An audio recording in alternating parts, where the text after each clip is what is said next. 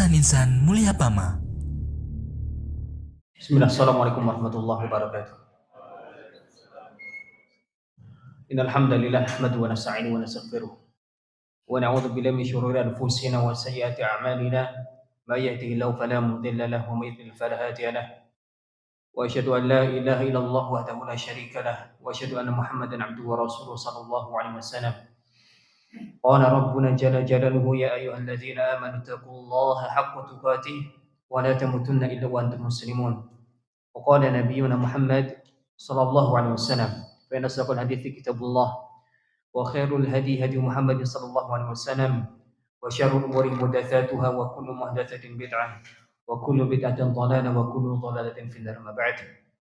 Ikhwani a'azzakum jami'an, kita awali kembali untuk bersyukur kepada Allah Tabaraka wa Ta'ala, berterima kasih atas kenikmatan Allah berikan kepada kita semua, dan kita harap rasa syukur tersebut akan menjadikan nikmat-nikmat yang Allah berikan kepada kita semakin bertambah, sebagaimana janjinya, la in syakartum lazidannakum wa la in kafartum inna 'adzabi lasyadid.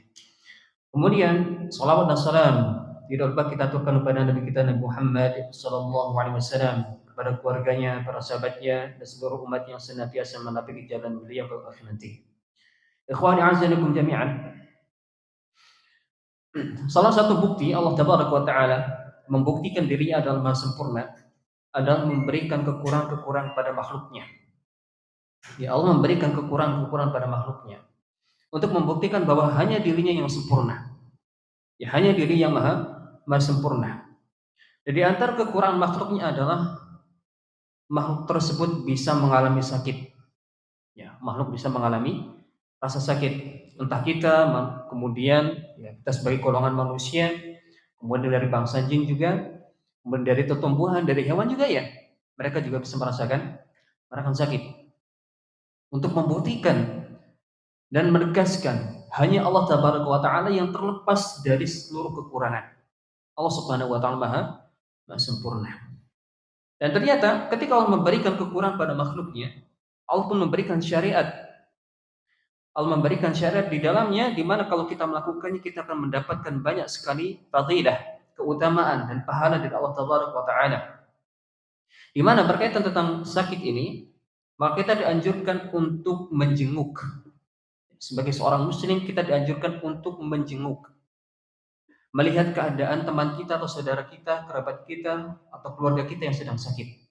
Rasulullah SAW menegaskan, di mana hadis ini diriwayatkan oleh sahabat mulia Al-Bara bin Azib, dia pernah mengatakan, amaruna Nabi SAW bis-sab'in wa nahana an sab'in. Nabi kita Muhammad SAW memerintahkan atas 7 perkara dan melarang atas 7 perkara.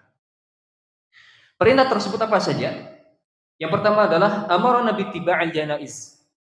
Yang pertama, kita disuruh untuk mengiringi jenazah. Rasulullah SAW memerintahkan kita sebagai seorang muslim untuk mengiringi jenazah. Dan kalau kita mendengar kata perintah dari Allah dan Rasulnya, pakailah konsep seperti halnya kita diperintah oleh orang yang kita hormati di dunia, bahkan harusnya lebih. Apabila kita diperintahkan oleh atasan kita, diperintah oleh orang tua kita, diperintah oleh orang yang paling kita sayang, apa jawabnya? Siap, sami'na wa ta'na. Sami'na wa ta'na. Dalam perkara dunia, makhluk-makhluk yang ada di dunia ini, ketika mereka adalah orang yang kita hargai, orang yang berada di atas kita, orang tercinta kita, ketika mereka memerintahkan kita akan suatu hal, maka jawaban kita adalah siap, sami'na wa ta'na, sampai ada stiker siap. Lantas bagaimana dengan Allah Tabaraka wa Ta'ala? Bukankah Allah adalah Rabb kita yang menciptakan kita, yang memberikan rezeki kepada kita, yang mengizinkan kepada kita untuk bernafas hingga hari ini, hingga detik ini, yang masih mengizinkan kepada kita tangan-tangan kita ini masih bisa bergerak. Di mana kita melihat ada mungkin sebagian saudara kita yang Allah ambil kesempatannya, Allah ambil nikmatnya, tangannya nggak bisa bergerak. Dan Allah masih izinkan hal tersebut. Apakah kita tidak serespek, tidak effortnya tidak sebesar dengan sami'na wa ata'na kita kepada makhluknya. Maka kalau kita mendengar Allah dan Rasulnya memerintahkan, jadikan perintah tersebut seperti ataupun lebih di atas daripada makhluk yang kita cintai ketika memerintahkan. Ya, Nabi kita SAW memerintahkan kepada kita yang pertama bittiba'il janaiz, untuk mengiringi pemrosesan ataupun proses dari seseorang ketika mati dikafani dan sampai dikuburkan. Sifatnya memang anjuran. Akan tapi di sana terdapat pahala yang besar. Terdapat pahala yang besar. Sehingga ketika kita memiliki kesempatan tersebut, tidak boleh kita terluput darinya. Kemudian yang kedua, wa'iyadatil marid. Perintah Rasulullah SAW kepada kita untuk menjenguk saudara kita, siapapun itu yang sedang dalam kondisi sakit. Sedang dalam kondisi sakit. Sakitnya kapan? Ya, ketika kita mendengar saja. Ketika kita mendengar langsung. Jangan seperti teori kita atau kebiasaan kita ketika sekolah. Berkunjung atau menengok teman sakit kalau hitungannya sudah 3 hari. Nah, 3 hari nggak berangkat baru dikunjungi. Bukan. Tapi ketika kita mendengar teman kita sakit, di waktu itu pula kalau kita punya kesempatan segera untuk mengunjungi atau menjenguk teman kita yang sedang sakit. Wa ijabatid da'i, memenuhi undangan. Yang ketiga, memenuhi undangan. Orang punya hajat misalnya, ada yang mau walimahan misalnya, ya nikah, walimahan, kemudian dia mengundang kita. Maka termasuk anjuran dan hal yang ditekankan untuk kita hadir di dalam undangan tersebut. Ya, di dalam undangan tersebut. Dan tentunya di dalam undangan tersebut, kenapa di dalam syariat diperintahkan untuk mengundang orang-orang sekitar, orang-orang yang kita kenal, agar mengiklankan, memberitahukan bahwasanya kita itu sudah menikah. Ya, kita sudah menikah. Bukan untuk faktor yang lain. Tidak untuk tujuan yang lainnya, tidak untuk maksud yang lainnya. Di mana kalau di Indonesia masyhur, terkenal sekali ketika orang mengadakan hajatan yang diundang ini karena ingin balik modal. Sehingga amplop itu terkadang sampai ditulis Ikhwan. Ini si fulan 200, si fulan 25.000. Orang yang dulu mungkin dikenal, namun yang katanya mantan cuma 5.000 dan yang lainnya. Ini tidak dibenarkan sebenarnya. Karena di dalam agama Islam, dalam proses walimah itu sebenarnya bukan untuk balik modal, tidak. Tapi untuk mengiklankan, memberitahukan si fulan dan fulan itu sudah menikah. Sehingga ketika mereka jalan bersama di keramaian sudah nggak ada fitnah lagi. Oh, mereka sudah menikah.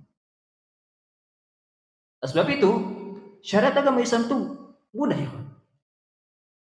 Tidak perlu sebenarnya orang ketika mengadakan hajatan pasang kotak. Ya, itu bukan sebuah syarat. Ya, karena pernikahan itu bukan ajang untuk balik modal ataupun cari keuntungan, bukan. Ya, bukan untuk itu, hanya untuk mengiklankan. Ya, hanya untuk mengiklankan. Sehingga ketika adanya prinsip balik modal tadi, kita dapati di negara kita, di lingkungan kita, yang diundang rata-rata adalah orang-orang yang memiliki pangkat, orang-orang yang memiliki harta yang banyak. Orang-orang yang miskin tidak diundang. Mungkin mereka diundang, akan tapi diundangnya mereka hanya sebagai pembantu di dapur. Tukang cucinya saja. Dan agama Islam melarang ini. Ya, agama Islam melarang hal tersebut. Oleh hal itu, ikhwan fillah azanakum jami'an, adanya kotak di dalam pernikahan sebenarnya bukan syariat, bahkan lebih banyak mudaratnya. Ya, lebih banyak mudarat, lebih banyak hal-hal yang tidak baiknya. Kalau antum menikah ya sudah nikah saja. Orang mau kasih silakan, enggak kasih ya terserah dia. Terserah dia. Baik. Ini yang ketiga, wa ijabatid da'i, kita memenuhi undangan. Wa nasril madlum. Perintah yang keempat, kita diperintahkan atau disuruh untuk menolong orang yang terzalimi. Ya, orang yang terzalimi, kalau kita melihatnya, maka kita berusaha untuk menolong sekuat tenaga kita. Entah itu terzalim secara fisiknya ataupun secara psikisnya, maka kita berusaha untuk menolongnya. Wa ibraril qasam. Yang kelima adalah menunaikan sumpah. Kalau orang sudah bersumpah, maka hendaknya dia tunaikan sumpah tersebut. Wa raddis salam. Kemudian yang keenam adalah menjawab salam. Ya, menjawab salam. Ada orang mengucapkan salam, maka kita jawab.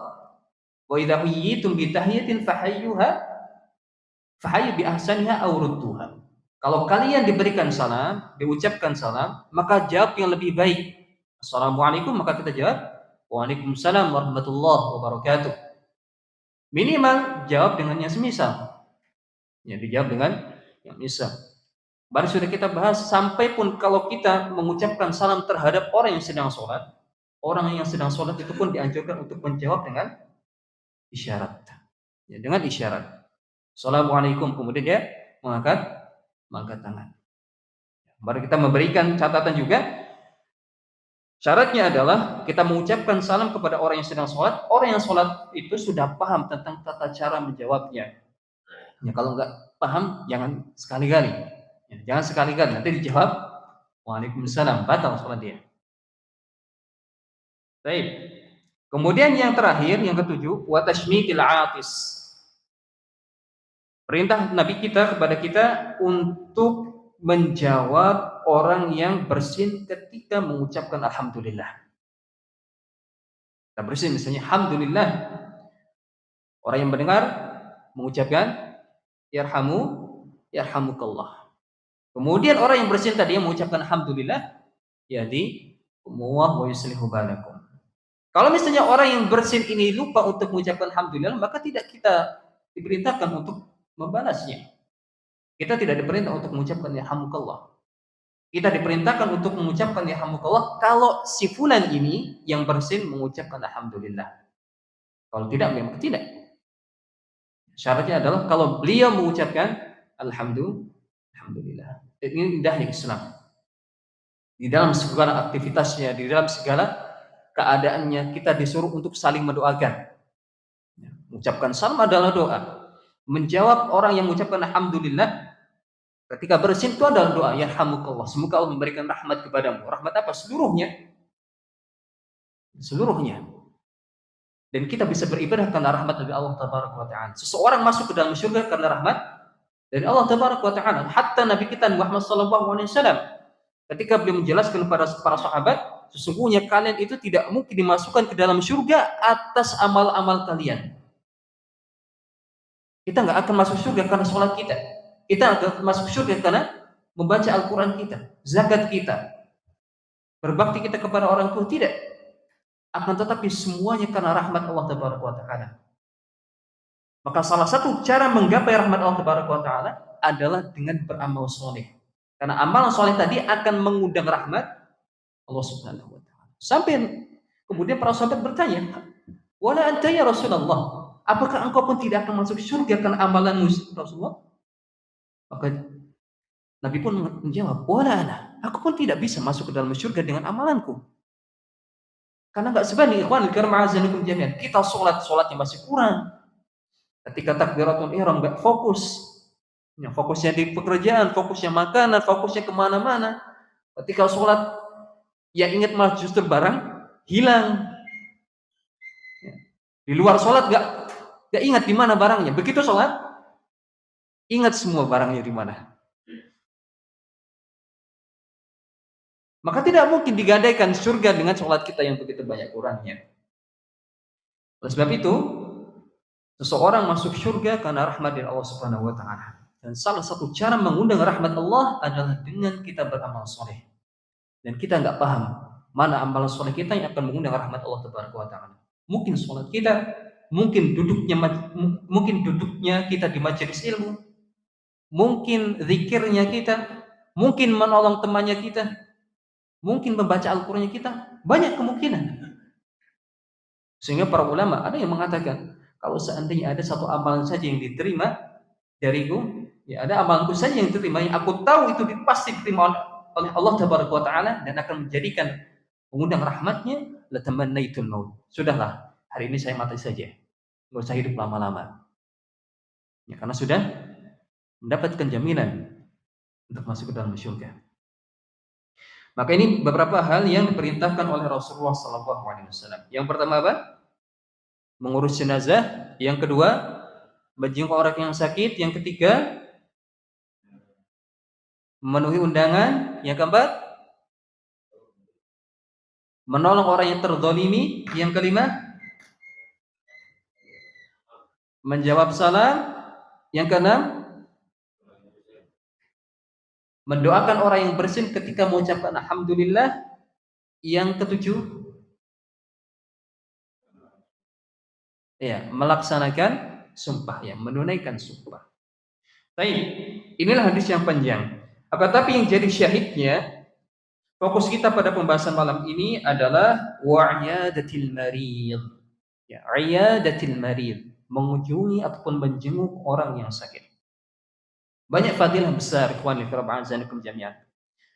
Ada pahala besar di dalam kita mengunjungi orang yang sakit, menjenguk orang yang sakit. Dan tidak mungkin manusia hidup tanpa adanya penyakit. Sampai pun Rasulullah SAW pun pernah sakit. Ya, Rasulullah SAW pernah sakit. Sampai ada seorang nabi yang terkenal dengan sakitnya, Nabi Ayyub alaihissalam. Dan tadi penyakitnya makhluk adalah untuk membuktikan tentang kemahasempurnaan Allah Tabaraka wa Ta'ala yang terbebas dari segala kekurangan. Kita semua punya kurang. Ya, sakit itu adalah salah satu bukti kita itu lemah.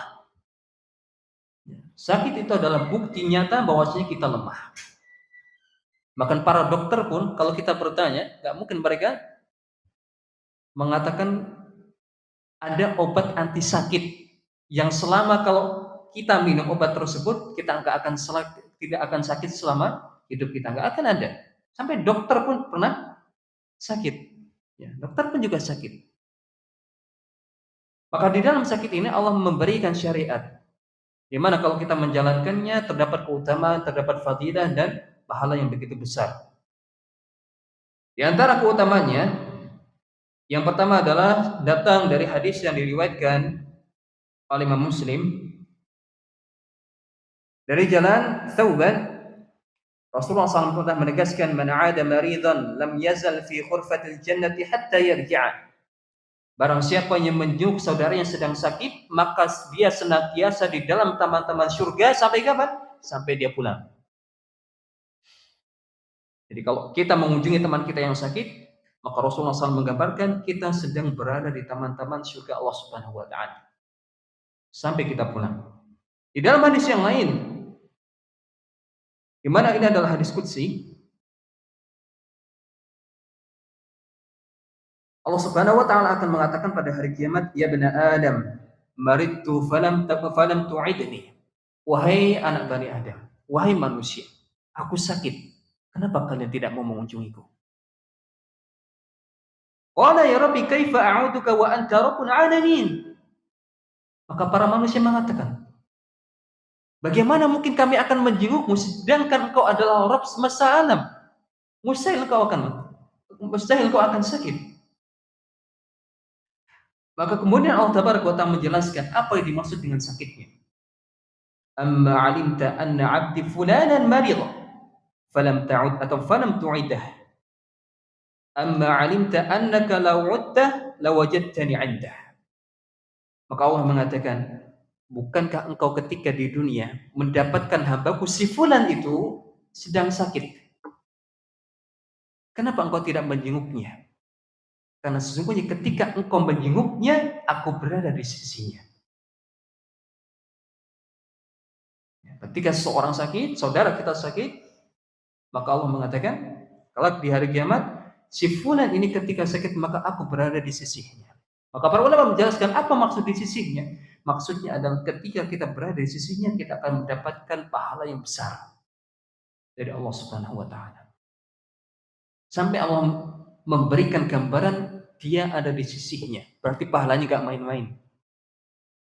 Ya, pahalanya tidak main-main. Kemudian hadis yang lain,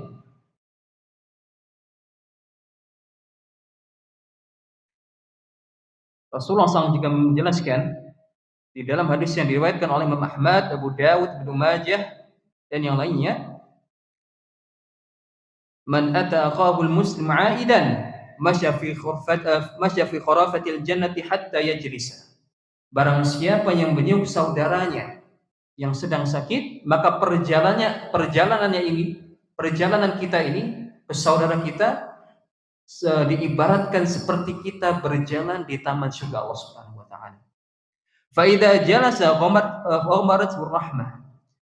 Apabila kita duduk di samping dari saudara kita, maka Allah akan liputi kita dengan rahmat-Nya. Wa in kana ghadwatan shalla alaihi 70 alfi malakin hatta yamsiyah. Dan kalau kita mengunjungi saudara kita ketika pagi, maka 70.000 malaikat akan senantiasa mendoakan kita sampai petang. Ya, kalau kita mengunjungi saudara kita di waktu pagi hari, maka 70.000 malaikat akan senantiasa mendoakan kita sampai kapan? Sampai petang. Wa in kana masaan shalla 'alaihi 70 alfi malakin hatta yusbiha atau hatta yusbiha. Dan kalau kita mengunjungi saudara kita di waktu petang, maka 70.000 malaikat tadi akan senantiasa mendoakan kebaikan kepada kita sampai pagi. Tidak ada putusnya. Kita akan senantiasa didoakan oleh para malaikat.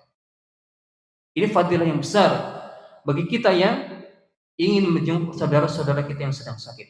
Yang pertama akan dihitung seperti halnya kita berada di taman surga, mendapatkan rahmat dari Allah Taala, kemudian didoakan oleh 70.000 malaikat. Pahala yang besar, ikhwan fillah azanakum jami'an. Akan tetapi kita sering meremehkan hal tersebut. Apa sebabnya? Karena kita nggak melihat pahala tersebut. Kalau seandainya pahala itu berupa uang, mungkin akan menjadi rebutan. Kalau seandainya pahala tersebut bernilai seperti uang, kita bisa melihatnya real di depan mata kita, seluruh manusia akan rebutan. Akan tapi kenapa Allah Tabaraka wa Ta'ala menyembunyikan pahala dan dosa sebagai bentuk ujian bagi orang-orang yang beriman dan orang yang tidak beriman? Kalau seandainya hal tersebut terlihat, apa bedanya kita dengan hewan? Hewan pun akan yakin ketika melihat di depan mata. Apa yang membedakan kita dengan mereka? Karena hewan pun akan melihat bahaya di depannya, maka dia akan lari. Kalau memang sudah lihat di depan. Tapi bedanya kita dengan hewan, kita meyakini apa yang Allah berikan, apa yang Allah katakan meskipun kita belum melihatnya. Dan itulah sejatinya keimanan. Maka ini fadilah yang besar tentang menjenguk orang yang sakit. Banyak hal yang akan kita dapatkan. Kemudian poin yang berikutnya, bagaimana kalau yang sakit ini adalah saudara kita, keluarga kita, atau teman kita yang tidak seagama? Yang tidak seagama. Apakah dibolehkan atau tidak? Jawabannya datang dari dua hadis Rasulullah SAW. Dia pernah diceritakan, anna ghulaman Yahudin kana yakhdimu an-nabiy sallallahu alaihi wasallam famarida. Fatahu an-nabiy sallallahu alaihi wasallam ya'udu faqala aslim fa aslama. Dahulu ketika Nabi Muhammad SAW masih hidup, sering sekali ada anak kecil dari kalangan Yahudi yang senantiasa membantu Nabi kita. Apa urusan beliau, apa keperluan beliau, maka anak kecil ini yang beragama Yahudi senantiasa mendampingi Rasulullah SAW. Sehingga pada suatu saat anak ini sakit, dan sakit yang mengantarkan kepada kematian. Maka Rasulullah SAW mengunjungi anak tersebut. Ya, beliau sengaja mengunjungi, menjenguk orang tersebut. Dan berkata kepada anak tadi, wahai anak, aslim, masuklah agama Islam. Fa aslama. Maka anak tersebut kemudian mengikrarkan dirinya masuk ke dalam agama Islam. Ini hadis yang pertama. Kemudian hadis yang kedua adalah kisahnya tentang Abu Thalib. Ketika Abu Thalib pamannya Nabi Muhammad SAW sakit, maka yang dilakukan oleh beliau adalah segera mengunjungi pamannya meskipun kedahuluan dengan dua dedengkot kafir Quraisy.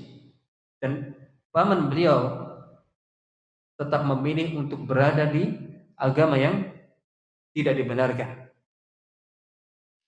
Dengan perjuangan yang begitu alot antara Rasulullah SAW melawan dua dedekot dari orang kafir Quraisy. Maka dua dalil ini menjadi bukti bolehnya kita mengunjungi teman kita yang tidak seagama ketika sakit. Tapi ada catatannya.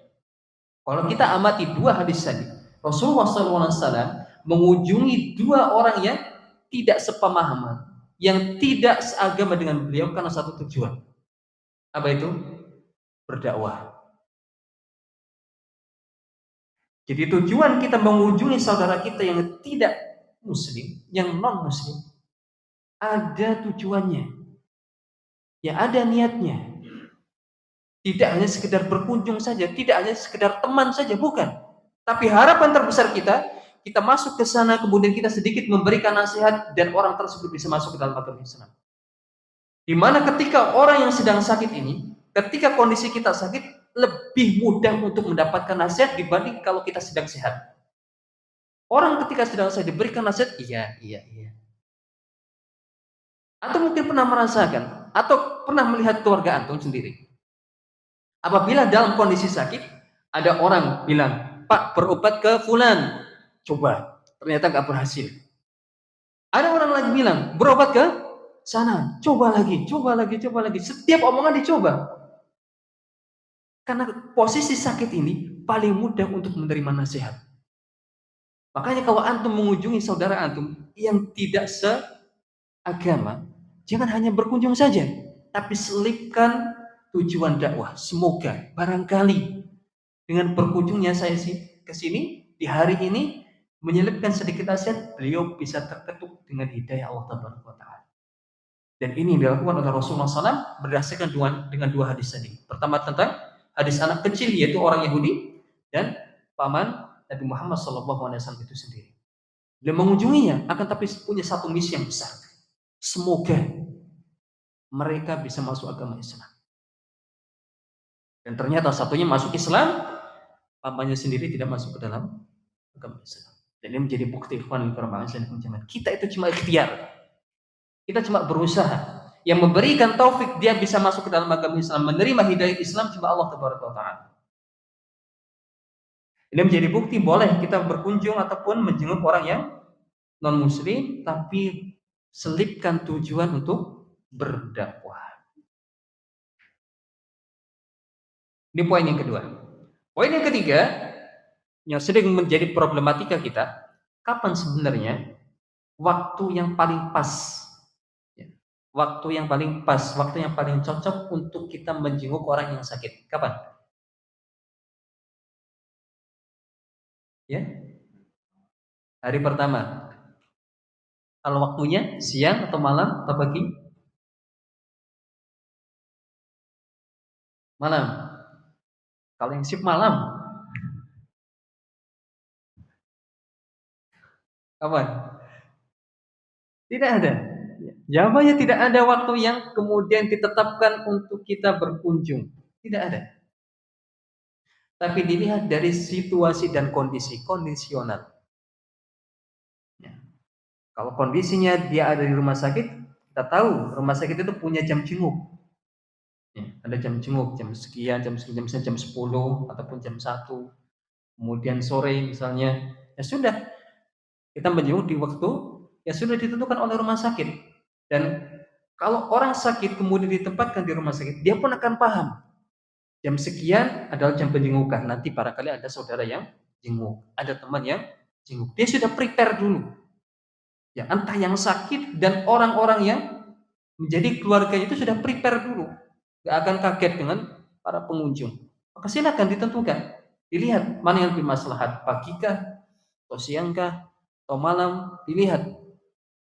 Ya, dilihat kondisinya. Kalau memang malam itu adalah waktu yang pas misalnya, ya silakan kita berkunjung pada malam hari.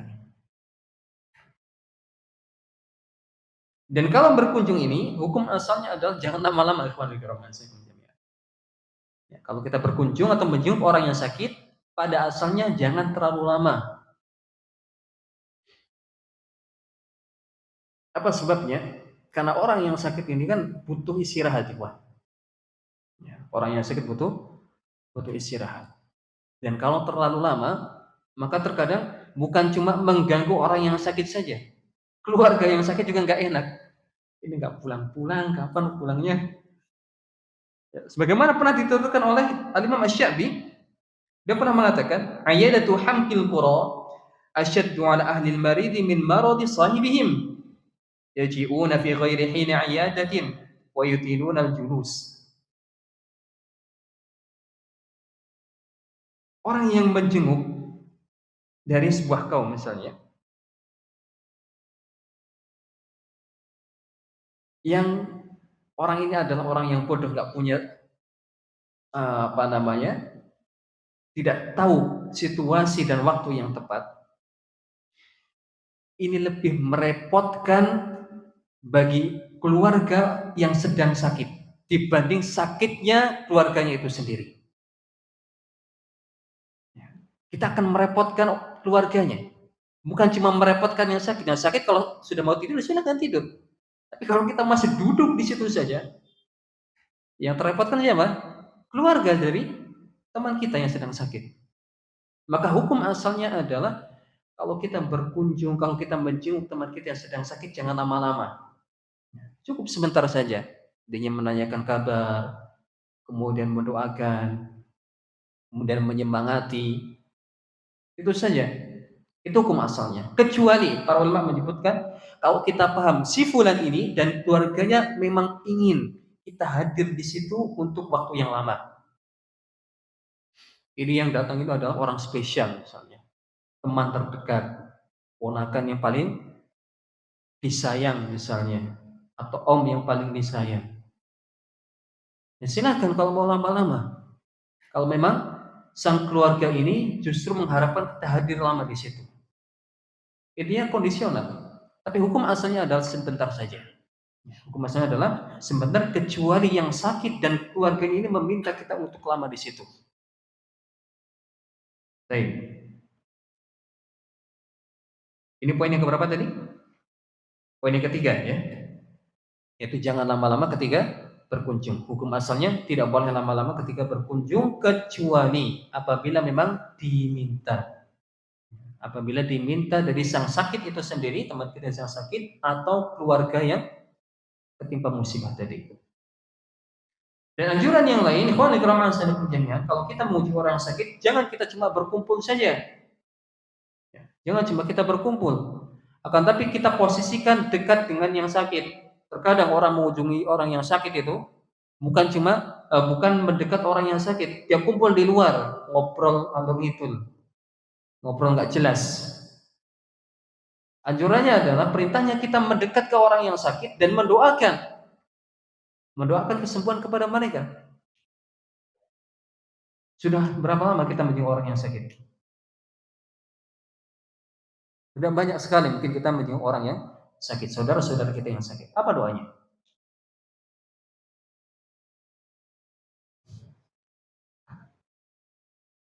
Atau cuma kita berkunjung saja, habis itu ya sudah, angin lalu. Orang yang sakit kan butuh sembuh, maka butuh untuk kita doakan. Banyak redaksi berkaitan tentang doa untuk orang yang sakit. Dan anjurannya, sebagaimana dilakukan oleh Rasulullah SAW, ketika beliau ingin mendoakan, maka beliau berposisi di samping dari kepala orang yang sakit. Ya, jadi di sisinya, kemudian beliau berdoa dengan berbagai redaksi. Bisa kita mengucapkan syafakallah, semoga Allah menyembuhkanmu, atau la ba'sa tahurun insyaallah. Apa artinya? Enggak masalah, enggak apa-apa. Sudah enggak apa-apa. Kita peringan. Ya kita hibur. Jangan kemudian kita sampai, wah, ini penyakitnya mengerikan. 3 hari antum kayak mati. Ya bukannya sembuh, tambah sakit dia karena beban mentalnya. Jadi dalam agama Islam pun dianjurkan tadi kita digunakan dianjurkan untuk takhfif. Ya, untuk memperingan, untuk menghibur orang yang sakit. Karena dalam kedokteran kalau antum juga baca, obat itu terkadang bukan tentang pil. tapi tentang mindset dan pemikiran dari orang yang sedang sakit itu sendiri. Kalau dia merasa enjoy, merasa bahagia, dia akan cepat sembuh, akan cepat pulih. Tapi kalau batinnya tertekan terus, obat apapun nggak akan menyembuhkan. Makanya kalau kita berkunjung, hibur beliau. Ya. Kemudian katakan yang baik-baik. Ya. Jangan kemudian kita katakan seperti tadi, meskipun konteksnya adalah bercanda. Ya, meskipun konteksnya adalah bercanda, ya kita nggak paham. Mungkin beliau dalam kondisi yang tidak bisa menerima candaan dalam hal tersebut. Karena kondisi yang sakit, kita nggak paham. Maka hiburlah dengan cara yang baik. Jadi kita ucapkan syafakallah ataupun la ba'sa tahurun insyaallah. La ba'sa artinya adalah tidak mengapa, dah nggak masalah, nggak apa-apa. Tahurun insyaallah. Penyakitmu ini insyaallah akan menjadi penggugur dosamu. Kalau yang kita doakan, loh, dosa apa? Mak aku punya dosa. Ya sadar, roh. Sadar. Ya, kita itu punya dosa. Ya, dengan penyakit ini Allah jadikan dosa-dosa kita bergugur ya. Ya, semoga ini menjadi peringan, ya, peringan hisab kita. Ya, kalau kita sakit setiap detiknya, kalau kita ingat Allah Tabaraka wa Ta'ala ridho, maka Allah akan gugurkan dosa-dosa kita. Ya, harapan kita, cita-cita terbesar kita adalah kalau kita bertemu dengan Allah, ya sudah nggak bawa dosa sekali, sudah nggak bawa dosa sama sekali, sehingga Allah permudahkan hisab kita, masuk ke dalam surganya dan yang lainnya. Ini ya hibur, hibur saudara kita ketika dalam kondisi sakit. Nah, terkadang kita cuma bawa oleh-oleh saja, dan oleh-olehnya terkadang bukan dimakan oleh orang yang sakit, yang nunggu yang makan. Kita bawain buah yang makan, yang nunggu bukan yang sakit. Ya, kita bawakanlah sesuatu yang memang disukai oleh orang sakit tersebut. Apa kesukaannya? Jangan kemudian sudah karena umumnya buah ya buah saja. Dia nggak kemakan, dia yang makan cuma keluarganya. Ya, kita cari tahu apa yang beliau sukai. Baik, barakallahu fikum. Ini mungkin yang dapat kita bahas di kesempatan malam ini. Ini saja beberapa poinnya. Masih ada sebenarnya poin-poin yang lain, tapi intinya adalah hal tersebut. Kita membahas tentang keutamanya, banyak keutamanya yang akan kita dapatkan kalau kita menjenguk orang yang sakit. Pertama, kita masuk ke dalam taman-taman surga Allah Taala, mendapatkan rahmat, mendapatkan doa dari 70.000 malaikat, kemudian mendapatkan pahala dari Allah Subhanahu wa taala, sampai Allah kiaskan, Allah gambarkan kalau kita tidak mengunjungi saudara kita seperti halnya kita tidak mengunjungi Allah ketika sakit. Kemudian yang kedua apa tadi? Berkaitan tentang waktunya, ya, tentang waktu fleksibel, intinya dipilih mana yang terbaiknya. Kemudian yang ketiga, jangan lama-lama. Ya, kalau menjenguk jangan lama-lama. Hukum asal jangan lama-lama kecuali kita diminta. Kita diminta untuk lama-lama di situ untuk bisa menghibur saudara kita yang sedang sakit. Kemudian jangan lupa selipkan doa. Ya, selipkan doa. Inilah agama Islam, penuh dengan saling mendoakan. Jadi dengan saling mendoakan maka kita akan saling mencintai karena Allah Tabaraka wa Ta'ala. Dan kalau kita sudah mencintai karena Allah Tabaraka wa Ta'ala, maka kita akan mendapatkan manusia iman. Barakallahu fikum. Mungkin ini dapat kita bahas di kesempatan malam ini. Tidak ada pertanyaan billahi ta'ala. Mafi soal? Mafi? Kita tutup dengan doa kafaratul majlis. Subhanakallahumma bihamdika asyhadu an la ilaha illa anta astaghfiruka wa atubu ilaik. Assalamualaikum warahmatullahi wabarakatuh.